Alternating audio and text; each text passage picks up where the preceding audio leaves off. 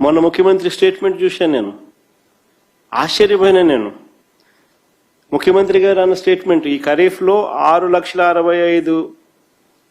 6,65 లక్షల మెట్రిక్ టన్నుల యూరియాను నేను సప్లై చేశామని, గత సంవత్సరంతో పోలిస్తే 97,000 టన్నులు అధికంగా ఇచ్చామని ముఖ్యమంత్రి స్టేట్మెంట్ ఇది. ఈ ఖరీఫ్లో 6.65 లక్షల మెట్రిక్ టన్నుల యూరియాను సప్లై చేశామని, గత సంవత్సరంతో పోలిస్తే 97,000 టన్నులు అధికంగా ఇచ్చామని చంద్రబాబు గారు మొన్ననే ప్రెస్ మీట్లో చెప్పారు. ప్లే చేయమ్మది ఒకసారి ఆయన అన్న మాటలు కూడా. దగ్గర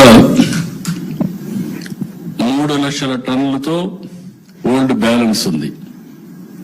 దాంతో కలిపి ఇప్పటికి 6,65,000 మెట్రిక్ టన్నులు యూరియా అందుబాటులో పెట్టాం. గత సీజన్తో పోల్చుకుంటే ఈ రోజు ఈనాటికి 97,000 మెట్రిక్ టన్నుల యూరియా అధికంగా సరఫరా చేశాం. రైతులకు మొత్తం యూరియా కూడా చేరింది.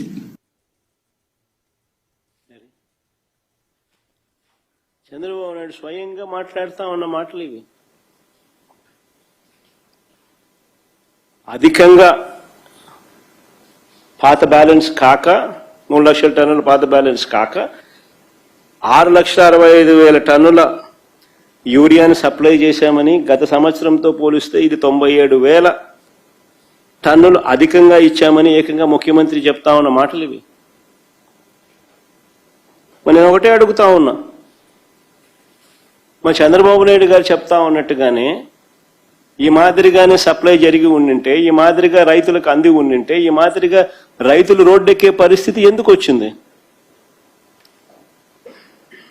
రాలేదనే కదా, ఆయన సప్లై చేయలేదనే కదా రైతులకు ఈ కష్టాలు ఎందుకు ఉన్నాయి? రైతుల చేతిలో యూరియా రాలేదు కాబట్టే కదా ఈ పరిస్థితి ఎందుకు వచ్చింది రాష్ట్రంలో. కారణం ఆర్బీకేలను నిర్వీర్యం చేశారు, ఈ క్రాప్ వ్యవస్థను నిర్వీర్యం చేశారు, పిఎస్సీలను నిర్వీర్యం చేశారు, ప్రైవేట్కు ఎక్కువ కేటాయించారు. మరోవైపు ప్రభుత్వం నుంచి వెళ్తా ఉన్న ఎరువులను తెలుగుదేశం పార్టీ నాయకుల దగ్గరుండి దారి మళ్లించి అధిక ధరలకు అమ్ముకుంటా ఉన్న మాట కళ్ళ ఎదుటే కనిపిస్తా ఉంది. అది కూడా చూపించమ్మా. కర్నూలు జిల్లా ఎమిగనూరులో ఎరువులు పక్కదారి పట్టిస్తూ పట్టుబడిన టీడీపీ నేతలు. పల్నాడు జిల్లా దాచేపల్లి 165 బస్తాల ఎరువులు అక్రమంగా తరలిస్తూ పోలీసులకు చిక్కిన టీడీపీ నేతలు. యూరియా పంపిణీలో టీడీపీ నేతల అరాచకం. 70 టన్నుల యూరియా మాయం నంద్యాల జిల్లాలో డోన్లో. అంటే ఒకవైపున ప్రభుత్వం నుంచి వెళ్ళిన యూరియా అంతా కూడా, ఎరువులన్నీ కూడా టీడీపీ నాయకులు దారి మళ్లించి అధిక ధరలకు అమ్ముకుంటా ఉన్న పరిస్థితి. మరోవైపు వీరు అధికంగా కేటాయించిన ఎరువులు, ప్రైవేట్కి ఏదైతే వీళ్ళు అధికంగా కేటాయించిన ఎరువులు ఏదైతే ఉన్నాయో వాళ్ళు దాన్ని బ్లాక్ చేసి